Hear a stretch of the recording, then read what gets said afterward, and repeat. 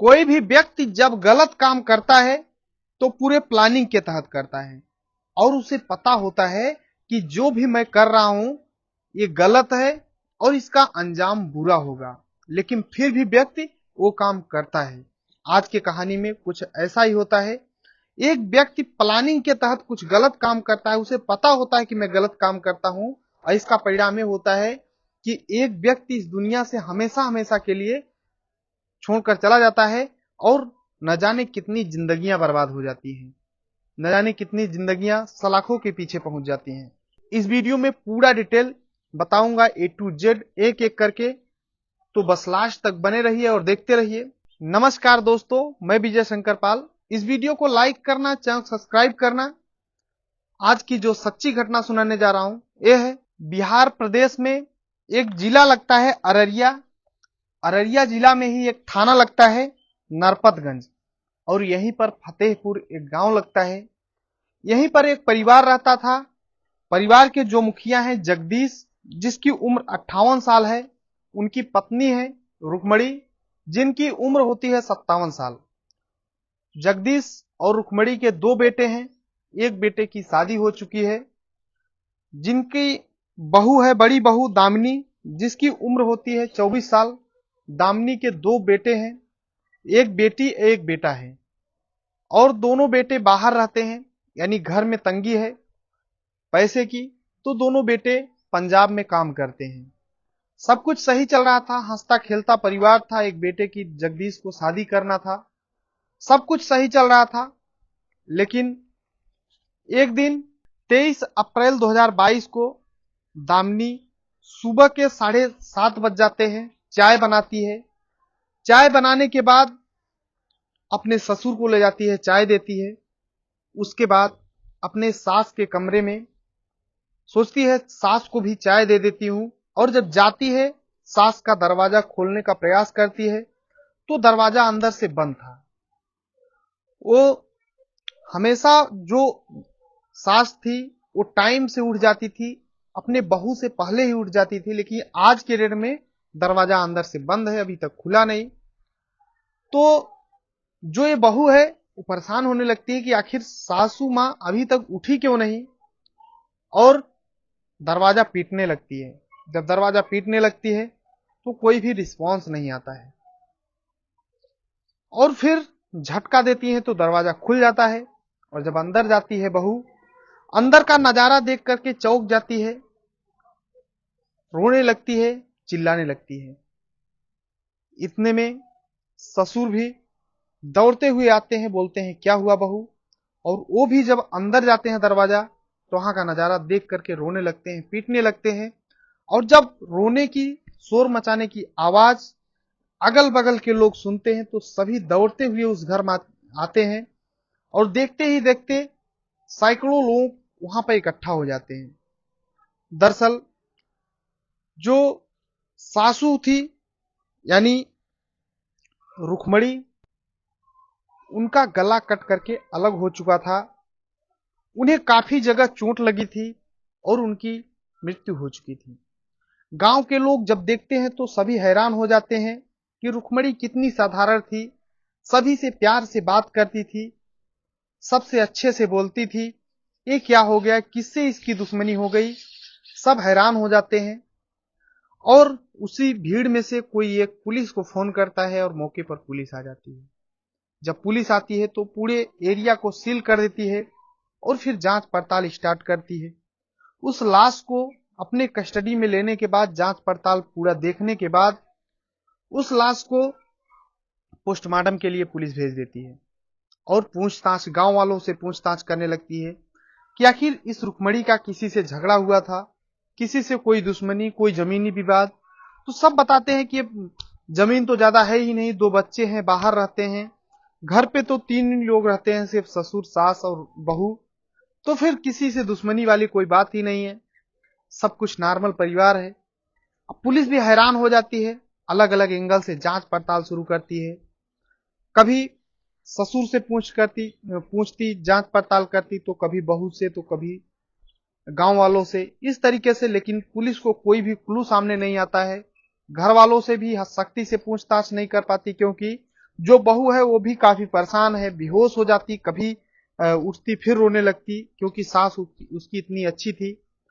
रोते रोते बेहोश हो जाती, ससुर भी रोते रोते कभी बेहोश हो जाता फिर उठता। मतलब घर वालों की हालत देख करके पुलिस भी कुछ सवाल नहीं कर सकती थी, पुलिस भी परेशान थी।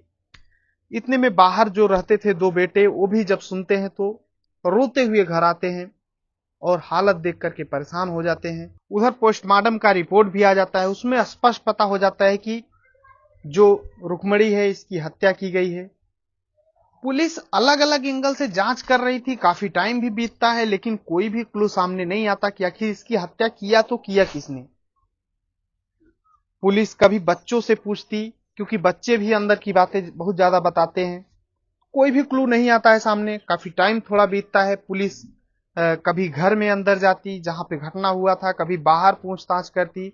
तभी एक 8 साल का बच्चा पुलिस के सामने आता है, कहता है पुलिस अंकल मैं आपको कुछ बात बताना चाहता हूं।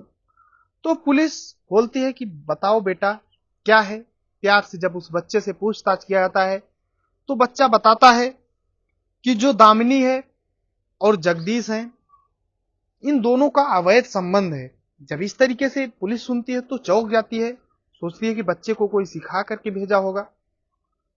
तभी बच्चा बताता है कि जो दामिनी है इनके एक बेटा एक बेटी है, इनके साथ मैं खेलने अक्सर इनके घर आता हूं बच्चों के साथ, तो मैंने कई बार जगदीश को और दामिनी को आपत्तिजनक अवस्था में देखा है। जैसे जैसे वो देखा रहता है वो बच्चा पूरी बात बताता है। अब पुलिस को एक सुराग मिल चुका था कि आखिर जब बहू और ससुर का संबंध है तो हो सकता है कि यहीं से कुछ मामला गड़बड़ हो। अब पुलिस जगदीश से और दामिनी से पूछताछ स्टार्ट करती है, लेकिन ये लोग बोलते हैं नहीं सर, ये जो बच्चा बता रहा है सब गलत है, ऐसा कुछ भी नहीं है, हमारा तो पवित्र रिश्ता है। पुलिस को डाउट था और दोनों को गिरफ्तार करती है और थाने लेके जाती है। जब थाने लेके जाती है जगदीश और दामिनी से पूछताछ करती है, अलग अलग जगह पे दोनों लोगों को बैठाया जाता है, उधर महिला पुलिस उधर पुरुष पुलिस पूछताछ करती है। अलग अलग एंगल से जब घुमा फिरा करके पुलिस पूछताछ करती है तो दोनों टूट जाते हैं और फिर बताते हैं। दामिनी बताती है कि हमारी शादी 5 साल पहले हुई थी, इनके घर में पैसे की तंगी, तो हमारे पति और देवर दोनों बाहर रहते हैं, पंजाब में काम करते हैं, मैं घर पे अकेली सास ससुर के साथ रहती हूँ। लेकिन अभी तो 5 ही साल हुए हैं शादी होने के लिए, मेरी शारीरिक इच्छाएं बिल्कुल भी पूरी नहीं हो पाती थी। मैं अलग अलग लोगों को देखने का प्रयास करती हूँ लेकिन कोई ऐसा कुछ दिख नहीं रहा था। तभी गांव के एक व्यक्ति से मेरा संबंध हो जाता है, वो मेरे घर पे अक्सर आया करता था, तो मेरा शारीरिक संबंध, क्योंकि दामिनी का उस गांव के व्यक्ति से शारीरिक संबंध बन जाता है। अब अक्सर वो गांव का व्यक्ति घर पे कभी मिलने आ जाता, तो कभी खेतों में कभी कहीं, इस तरीके से ये लोग लिप्त हो जाते हैं। अब ये जो दामिनी का और गांव के व्यक्ति का शारीरिक संबंध था, ये जगदीश को यानी दामिनी के ससुर को जब पता होता है तो दामिनी को बोलते हैं। एक ससुर होता है जो अपनी बहू को गलत अवस्था में देखता है या कभी सुनता है तो उसे समझाता है कि बेटा ऐसा मत करो, गांव के व्यक्ति को भी समझाना चाहिए था, अगर ऐसा न होता तो पुलिस का सहारा लेता। लेकिन जगदीश ऐसा न करके वो अपने बहू को ऑफर देता है कि अगर तुम सुरक्षित तरीके से सब करना चाहती हो, अगर ये चाहती हो कि मेरे बेटे भी न जाने, कोई भी न जाने, तो मेरे साथ भी शारीरिक संबंध बनाओ। अब दामिनी ये शादी से पहले भी ये सब गलत काम किया करती थी तो उसे कोई असर था नहीं, वो अपने ससुर के साथ भी संबंध बना लेती है। अब घर का ही था तो हमेशा ये लोग शारीरिक संबंध बनाते थे। सास को बिल्कुल भनक नहीं चलती थी और ये बहू और ससुर दोनों शारीरिक संबंध बनाते, उधर बेटे बाहर रहते। कहते हैं गलत काम कितना भी सात्विक तरीके से किया जाए लेकिन कभी छिपता नहीं है। अब सास को धीरे धीरे डाउट होने लगता है तो अपने पति को भी समझाती, यानी जगदीश को दामिनी बार बार समझाती है कि ये जो रुक्मणी है बार बार समझाती है अपने पति को, जगदीश को, कि देखो ऐसा मत करो, ये सब गलत है। लेकिन जगदीश सुनने का नाम नहीं लेता था। अब एक प्रकार से रुक्मणी इन बहू और ससुर के रास्ते का कांटा सास बन चुकी थी। तो सब कुछ ऐसे चल रहा था, लेकिन एक समय आता है 22 अप्रैल 2022 को, ये दोनों एक गांव में शादी होती है। वहां पे पूरे परिवार को निमंत्रण था। तो रुक्मणी बोलती है मैं नहीं जाऊंगी, तो वो अपने पोते और पोती को लेकर के घर पे रहती है। और दामिनी और जगदीश यानी ससुर और बहू दोनों उस शादी अटेंड करते हैं। रात के काफी टाइम हो जाता है तो आते हैं। अब जो दामिनी होती है आती है तो देखती है कि सास जो है गहरी नींद में सो रही है। तो सोचती है क्यों न इस रास्ते के कांटे को हमेशा के लिए, वैसे भी बूढ़ी हो चुकी है, तो अगर इसे रास्ते से हटा देंगे तो किसी को डाउट भी नहीं होगा, फिर हम दोनों आराम से चैन से शारीरिक संबंध बना पाएंगे। वो एक धारदार हथियार लेती है और अपने सास के गले पर चला देती है। उसकी सास हमेशा के लिए इस दुनिया को छोड़कर चली जाती है। और फिर नाटक करके बाकायदे दरवाजा लॉक करके फिर अपने अपने जगह पे सो जाती है। सुबह इस तरीके से नाटक करती है। अब पुलिस उसके ही बयान पर गिरफ्तार कर लेती है। अब जगदीश और दामिनी को अरेस्ट करके जेल भेज देती है। कोर्ट से भी इन्हें जेल का सजा मिलता है। आज के डेट में दोनों सलाखों के पीछे हैं। कहते हैं ना, गलत काम का गलत ही नतीजा होता है। बाकी इस पूरी घटना के बारे में आप क्या कहना चाहते हैं? ये जो जगदीश और दामिनी है, इन्हें किस तरीके का सजा मिलना चाहिए, आप लोग कमेंट करके जरूर बताना। बाकी इस पूरी घटना को सुनाने का उद्देश्य किसी को परेशान करना है, दुख पहुंचाना नहीं है, बल्कि आप सभी को जागरूक करना है। इस वीडियो को लाइक करना, चैनल सब्सक्राइब करना। मिलते हैं नेक्स्ट वीडियो में, तब तक के लिए जय हिंद, वंदे मातरम।